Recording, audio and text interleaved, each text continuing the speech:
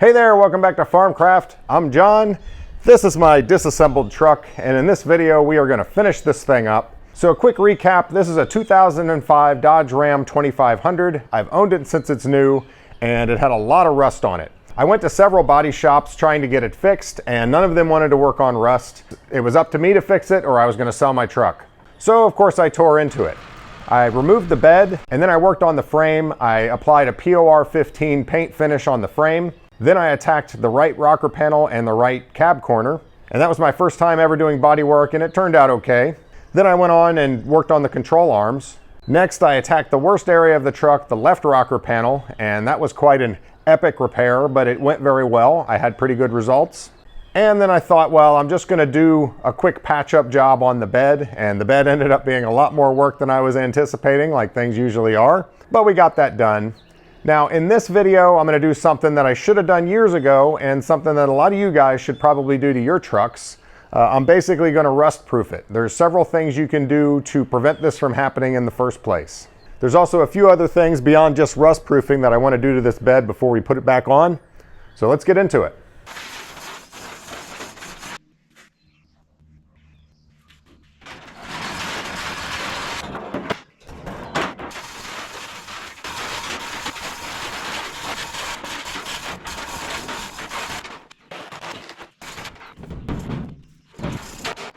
All right, so in here in the wheel wells, I'm going to actually do some spray on bed liner. And these look really dirty. They're not. I'll wipe it off with a rag, but yeah, this was power washed. I'm gonna go ahead and prime it first.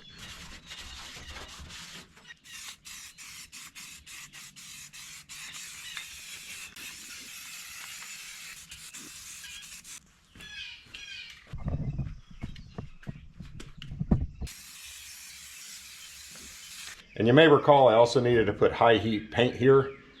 This is because the exhaust pipe is right under this area of the bed.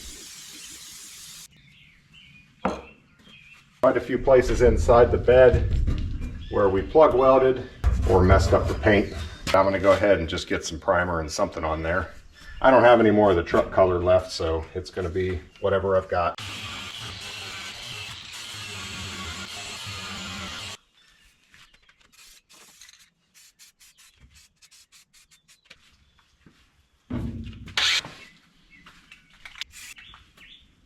I had a tiny bit of truck color left and sprayed it on there. Forgot to hit record. But I'm just gonna, I don't have anything else that's not gonna stand out like a sore thumb. You can see how black looks. So I'm just gonna clear coat the primer and we'll call that good.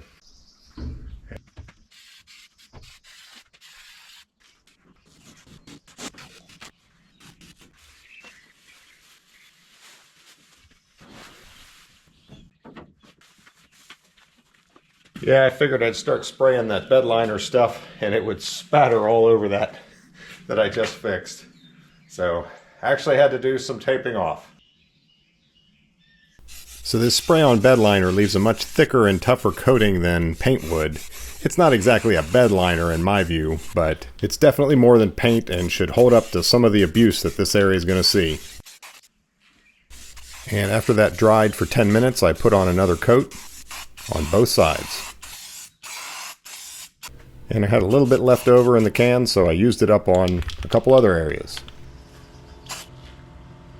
Alright, the wind's making my plastic make noise, but I don't want to take it off just yet because I'm going to be doing this undercoating, and I figure I'll just leave it on there because I want to get up in here and we're going to get fluid film all through here. But things are looking good.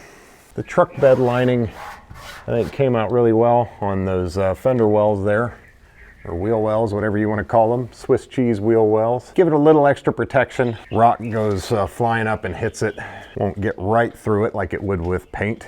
We just need to do the fluid film, and then the bed is 100% done. Now I am going to get up in these areas. I'm also going to go lengthwise in these support beams. I'm going to fish in there and fish back the other way and get the insides of those as well. So this thing should really last. Okay, so this is fluid film undercoating. It's pretty interesting stuff. It is lanolin based, and lanolin is an oily substance that sheep put on their wool for waterproofing. And when you shear a sheep to claim the wool, If you clean it, you're going to end up with lanolin as a byproduct. So it's a natural oil that is non-toxic and works very well as a rust inhibitor. I've never used it out of a gallon before. It's actually thicker than I thought it was going to be. Now they say this stuff is non-toxic, but I'm going to be spraying large quantities of it and atomizing it, so I am going to wear a respirator just so I don't inhale it. Supposedly it won't hurt you. Probably true, but I still don't want to inhale it. It has a characteristic odor. Those of you that have used fluid film know exactly what I'm talking about. This is an undercoating spray gun that I got on Amazon. Now this gun, you put your product in this container here and then hook it to your air compressor, and Venturi pulls it up. You can adjust how much it gets sprayed with this here. Then this is a 360-degree nozzle here. So it's going to spray in kind of all directions and forward. So I can fish that into the holes, pull the trigger, and basically coat everything inside. All right, let me see if I can get you placed, or maybe you'll be able to see something. Can you see anything? So before I start spraying, I'm just going to look up in here with the horoscope camera too, because I don't know how well the GoPro can see. Let's make a map.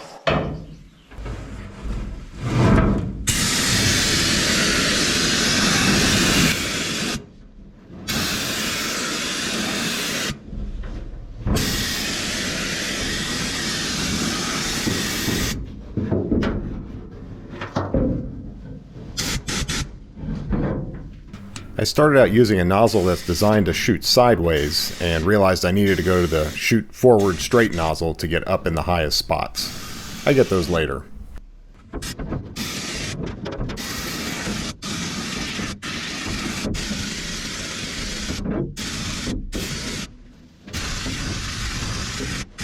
But you're not going to get to see it very well for obvious reasons.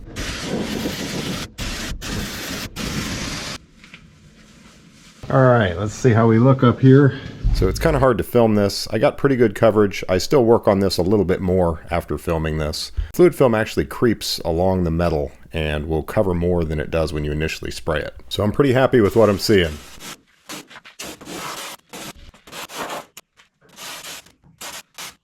And here I'm looking above this fender with the bore scope again. Pretty hard to see anything as everything's black and shiny. But everything's coated. That's what you want to see.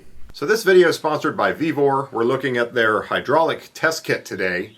This is a really nice kit, and Vevor is known for making good quality tools for really good prices. When you're a jack of all trades like me, I need a lot of different tools for all the different things that I'm doing. So tools like this are exactly what I need. Let me show this thing to you. So this thing comes in a nice case. It has real handles on it that don't seem like they're going to break easily. And 5 test hoses. And you've got 5 gauges. These go from 150 psi, 1500, 4000, 6000, and 10,000. In bar, that's 10, 100, 300, 400, and then 650. So when you're using these kits, it's all about having the right fittings to be able to plug into the system. Most equipment is going to have hydraulic testing ports plumbed in, but you need to be able to connect to them. So you're going to need a lot of different types depending on what equipment you're using. So they've got the Quick Connect that's often used by Case and John Deere. They've got all different imperial as well as metric. So we've got an 1/8, a quarter. They've got UNF 7/16, 9/16, 3/8, and then all our metric over here. 2 10 millimeters depending on the thread, a 12, a 14, a 16. This is a really comprehensive kit. There's not much equipment that you're going to come across that this isn't going to be able to plug right into. On top of that, they've got all these T-fittings for you. So sometimes they haven't plumbed it for a hydraulic testing gauge. Say you want to test a hydraulic motor or something and you've got a hose plugged into the motor. Well, unscrew your hose, find the correct fitting, screw the hose back on there and then back where it was, and now you've got a testing port to hook your gauge to, so you can see what kind of pressure you're getting on that line while the system's functioning. You haven't interrupted the flow of the hydraulic fluid. So if you're spending much time at all working on equipment, a hydraulic test kit like this can be a real game changer, and you should definitely check this one out. They've got it on sale right now for $124, and you're just not going to beat that for a test. For a kit this comprehensive, that's an amazing deal. I'll leave links in the description. Go check it out, and let's get back to work. See how this looks in here. So we're looking down this tube before I apply any fluid film. So a little more about this fluid film. This is not a paint. It doesn't dry out. You're putting a waxy, oily coating on the metal that kind of creeps and just sits there and protects the metal from moisture. How long will it last? Well, that kind of varies. It depends on how much exposure it's going to get. Inside beams like this, I think it's going to last for several years at least. And here's what we look like after. That's a good coating. So there are a lot of other products that can be used to do undercoating like this, but fluid film is what I know. It's often used up in the Northeast, the salt belt, where the salt just eats vehicles to death, and they say it works really well up there. If it works for them, it's going to work for me. And the other huge plus to me is that it's fast and easy to apply. And I also did above the fender on this side, of course.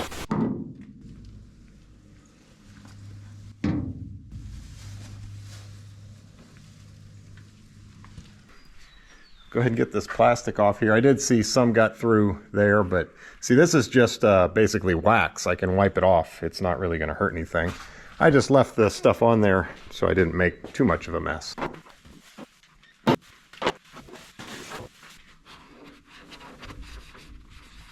All right, the bed is done. It just needs to be put back on.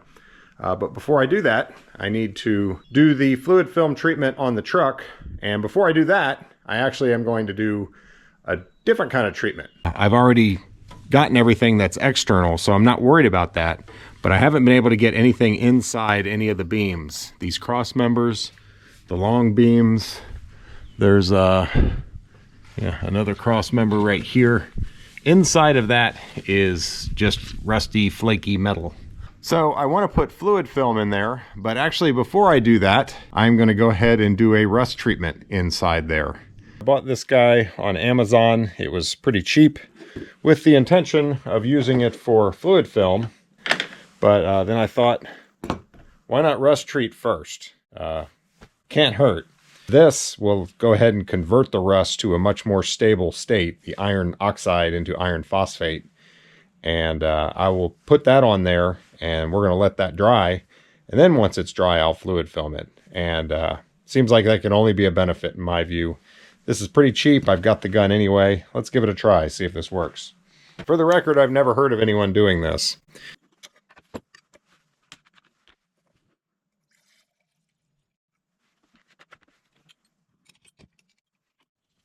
All right, this stuff's so watery I had to adjust it way down, but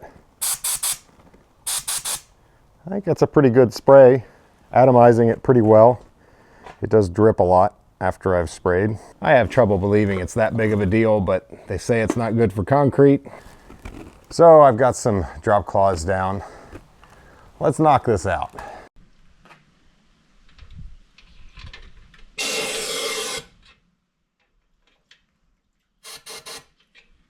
I probably should have tried blowing some of the dirt out before I actually applied the product.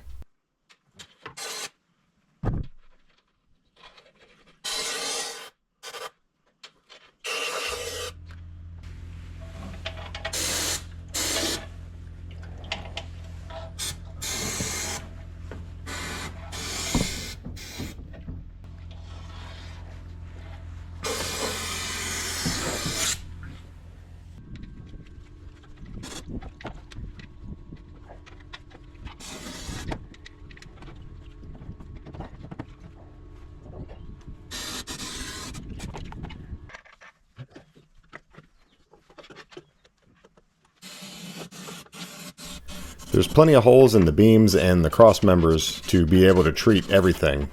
If you reach one way and then reach the other way, generally you can get all of it.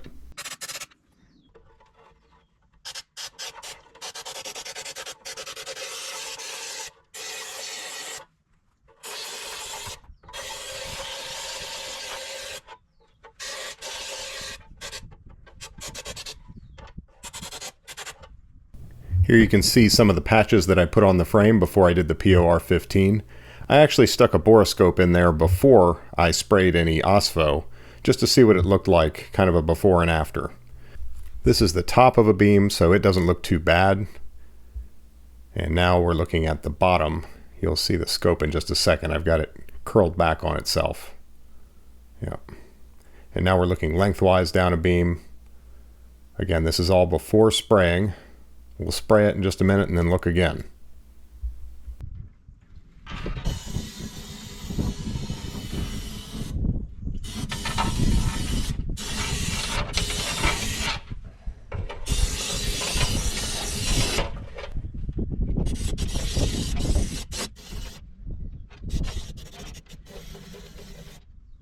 And now this is immediately after spraying. I just wanted to confirm that I was getting it wet everywhere. And you can see it's all shiny, rusty and shiny.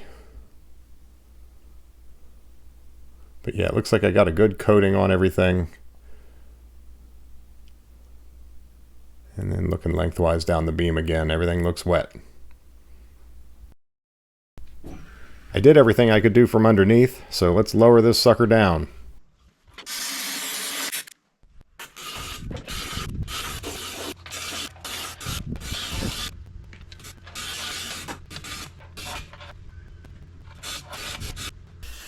You bored yet? Yeah, it's not that exciting to watch, but it really wasn't that bad to do.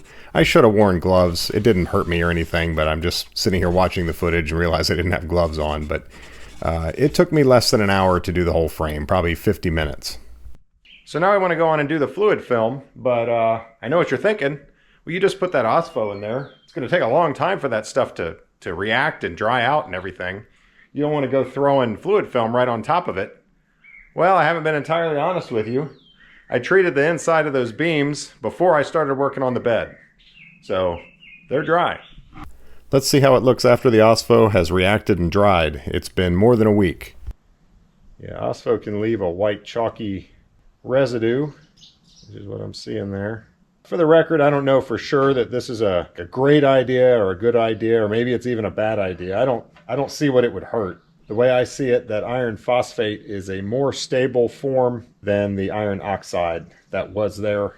Even though I'm going to be fluid filming this, eventually water's going to get to the metal again. It's going to see iron phosphate instead of rust. So it seems like it would help. I also wanted to check the area that we scoped before where the weld patches were on the frame. And it might look a little better to my eye. It really doesn't look much different. But these borescopes, it's really hard to get a true gauge of color and how things look with them. So, not sure what to think about this. Alright, enough yakking. Let's get to work. Now I'm spraying fluid film.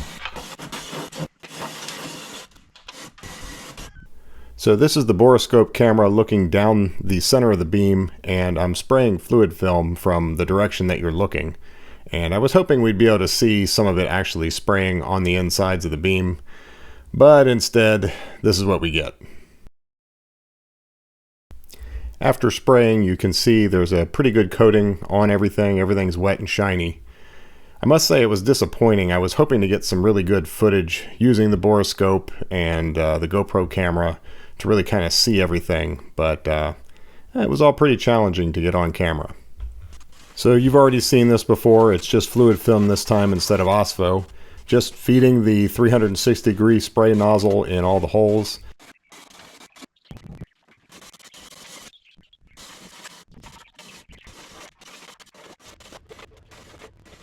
So my thoughts on this, I think this stuff will kind of wick its way along any dry areas, you know, like oil does on things. Gonna get a good coverage on everything under here. I've put quite a lot in there. Because it's up inside these beams, this stuff is resistant to being washed off even if it's not inside something. I think this stuff is gonna hang around for years.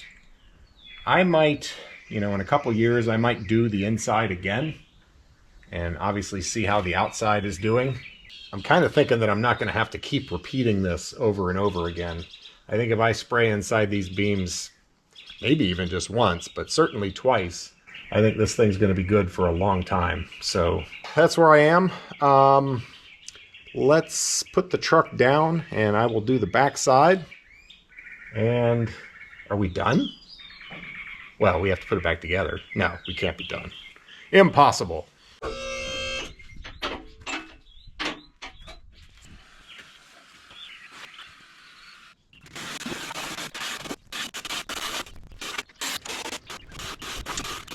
The frame is done, but I'm not done. There's one more place, a couple more places actually, but one more general area where I want to make sure to get plenty of this stuff. And that's in the body repairs I just did. See, I've got holes right here. There's a hole there into the cab corner, a hole up in here. And I am going to, let's scope it and see how it looks. But I'm going to make sure that I get plenty in there so that I do not have to do this body work again. That's like top priority. And we're going in. Let's see. Yeah, you can see the label, the back of the weld. Let's see, I've got two compartments here. Okay, so if I just go straight in, it takes me straight to the outer compartment. That's good. So that I can get all of that. Look at that, I see some shoddy welding work. I think it says John was here. So I am going to spray the fluid film down that whole panel. I'm going to try to get both compartments as best I can, and then I'm going to scope it, see if there's any areas I missed, hit it again, and then we'll go to the other side, do the same thing. And then we're still not done.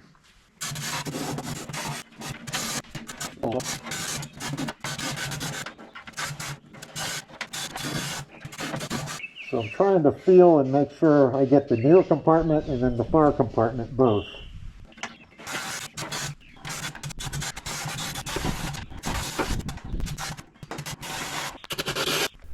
So this is what we look like after spraying.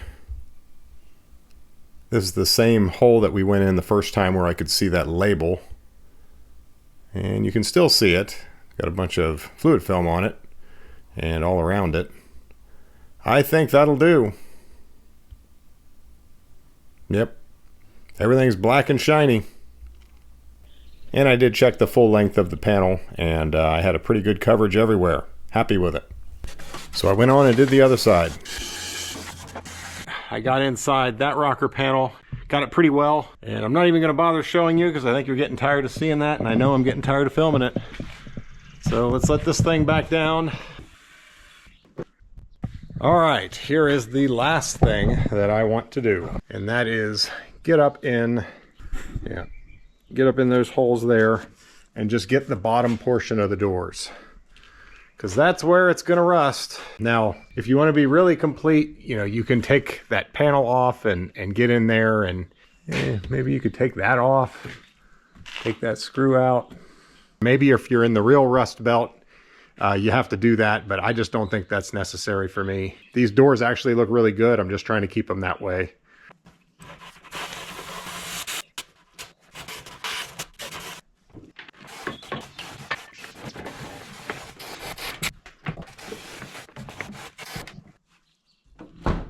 So I'm going to do all 4 doors like that, and if you want to see all 4 of them, just replay that clip 4 times.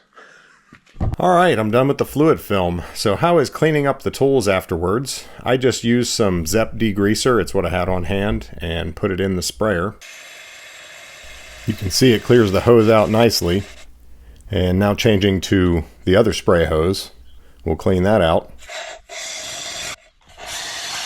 All right, so this is just straight water. The answer is it cleaned up really easy. Little degreaser, little water, good to go. I have to say this thing worked pretty well. It was very reasonably priced, but it's built well enough and it did the job. These things aren't going to last forever, but you can easily replace these hoses.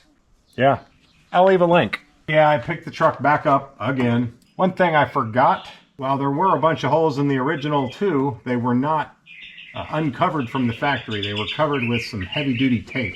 The way it is right now, it just seems like you're inviting salt and junk while you're driving down the road. I'm going to go ahead and put some Gorilla Tape over these holes. And brake cleaning, of course, so that the tape will stick. Yes, this came stock with holes in these rockers with tape covering it. And of course, the tape lasted for several years and then some of it came off. I don't know if it's typical for vehicles to rely on tape to seal things like this. I'm kind of curious. Comment below if you know. But I have to say, it seems a little sketchy to me. All right. Got all the tape on both sides. And now we are actually done under here. All I gotta do is put the bed back on. Do you see what I see? I'm actually happy to see that. The fluid film is creeping up this paint. But that's really good news, because that means all those areas inside the frame with the rough rust, the fluid film is going to creep and pretty much contact every bit of that surface.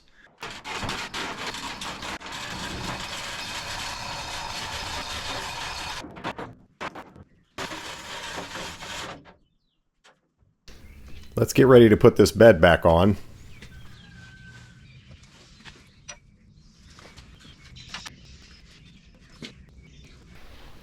I gotta reattach this wiring. I had cut the zip ties when I took it apart.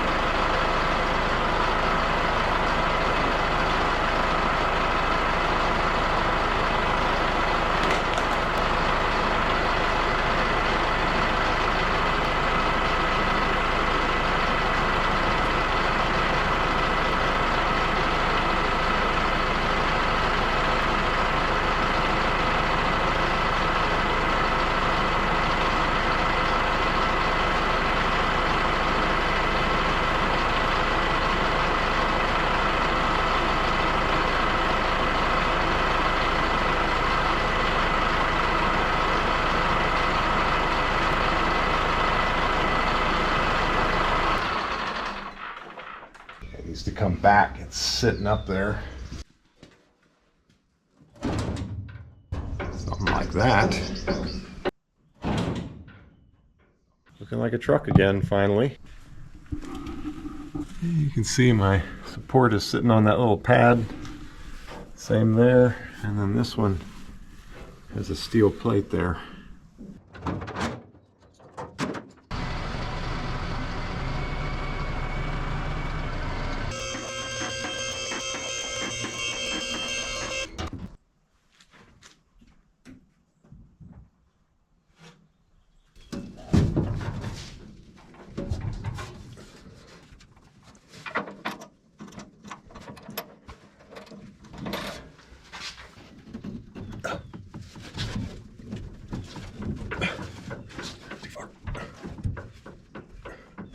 Good.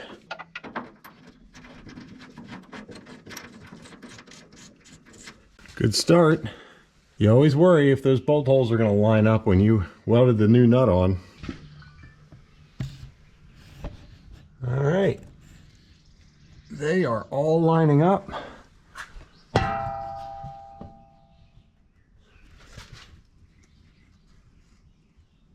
So that means I can start putting them in permanent, like Loctite and everything. We'll do a little of the blue stuff.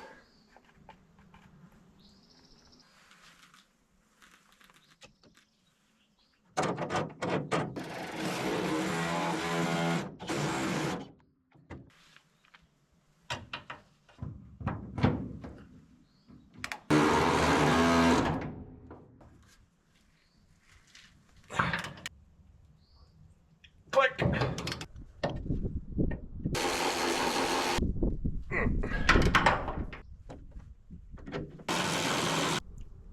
Click.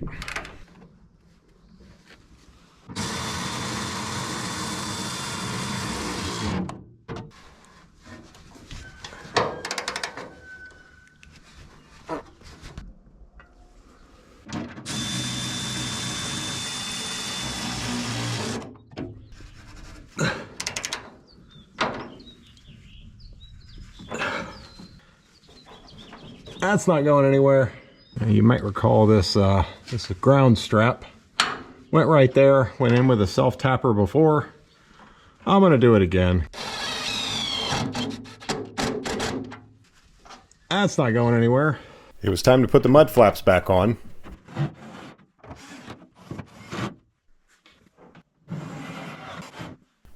Then the tail lights. I gotta thread this wire back up through the bed and plug it in. Of course, I forgot something.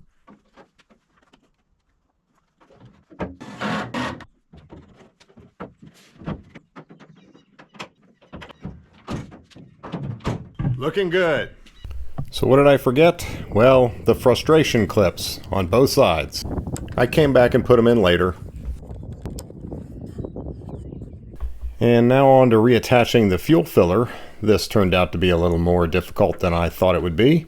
Starting out just with these bumpers, these just press into those holes. And now attaching the plastic to the new body panel.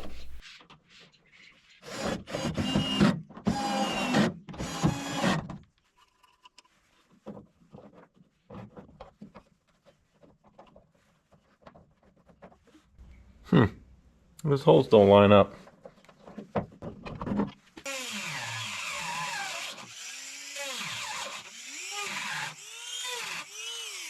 So I just use a Dremel to elongate the hole a little bit and make a little extra room, and then put the cover back on. Easy peasy. Oops. That looks lousy. How do I adjust that? I don't think you do. I didn't realize when I was filming this, the camera is not really at the right angle to show you the problem. The whole cover is shifted to the right. It's not even hitting the bumpers, it's actually hitting the panel, and it won't close all the way, and it just looks ridiculous. Because you have two circles there, and when the cap is not in the center of the circle in the body panel, it just stands out like a sore thumb. Apparently I should have checked that before I even started working on this panel. So I need to shift the whole thing to the left a little more than 1/4 inch. So I'm marking it out, and I'll use the Dremel and grind it out.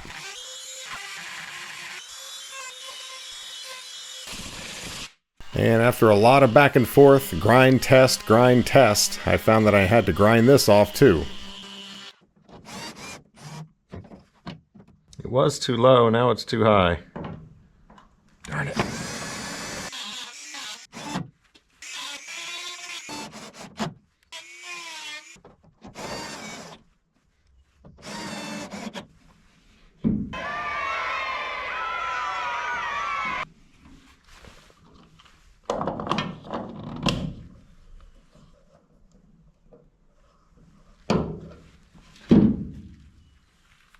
Yeah, fit that fuel filler before you paint. I'm going to hit the back of this with some fluid film where the bare metal is now.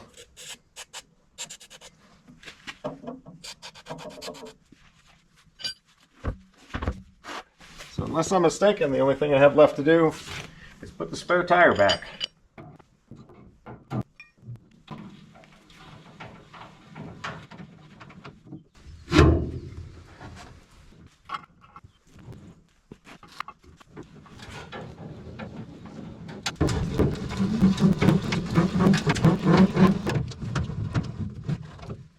So it's nice the way that spare fits up in there, really out of the way.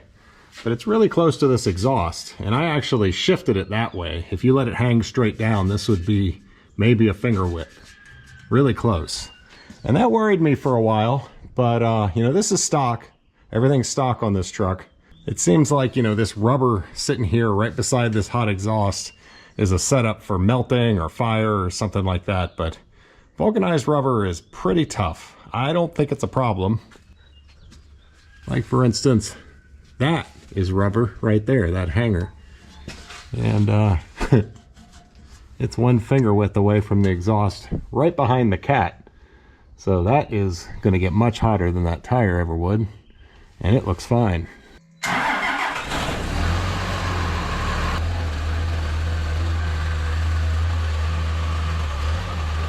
Wait a second.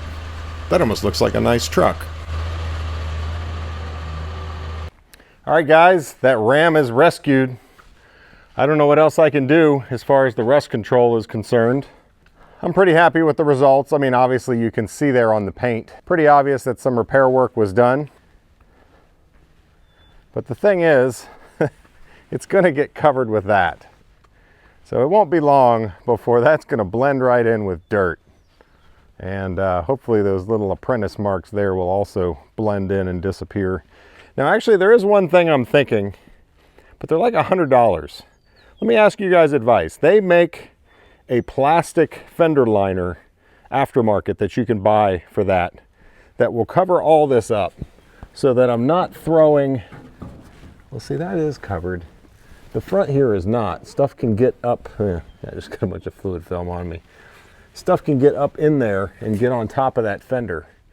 So if I had a good fender liner there, covering all that up, it seems like that would be a good thing. So what do you guys think?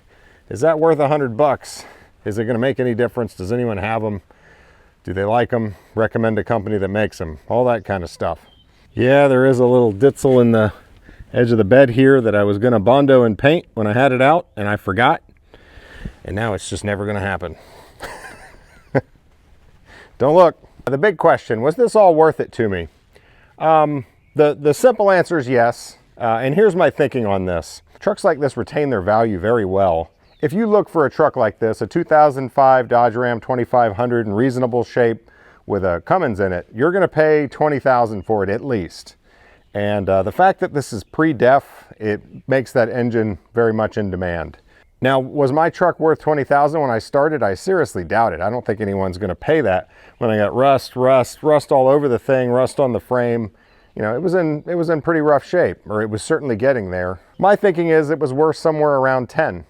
And I think now with all I've done, it's better than, if you go buy a truck for 20 grand, it's not going to have a POR 15 painted frame. It's not going to have fluid film shot inside the beams and all that kind of stuff. Now, I won't go down south. It's not going to have the rust, the problems with the rocker panels and all that. So, you know, I think this truck's worth 20 now. So I saved myself 10 grand. I don't know about you, but for me, that's nothing to sneeze at. That's a lot of money. On top of that, you know, I have to factor in the fact that I'm a YouTuber. I can fix stuff like this if I take the extra time and make videos about it. I actually make some money off of that.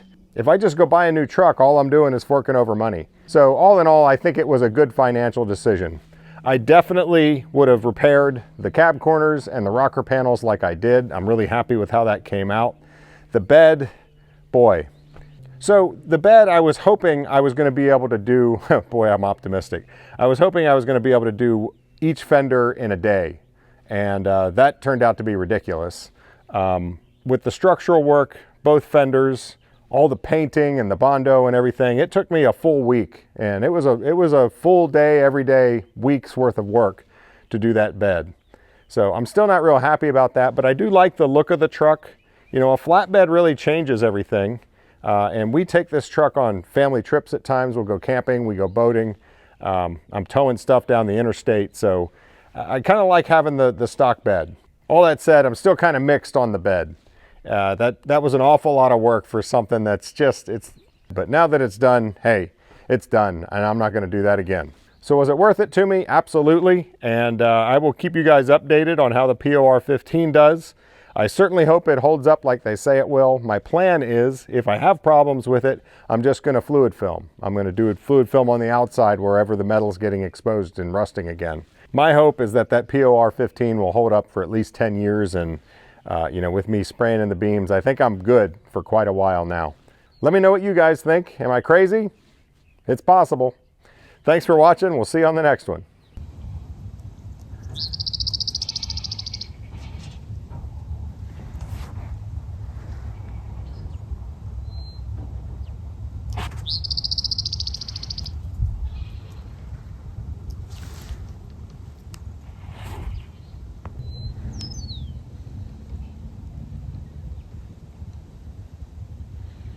How you doing, Canuck?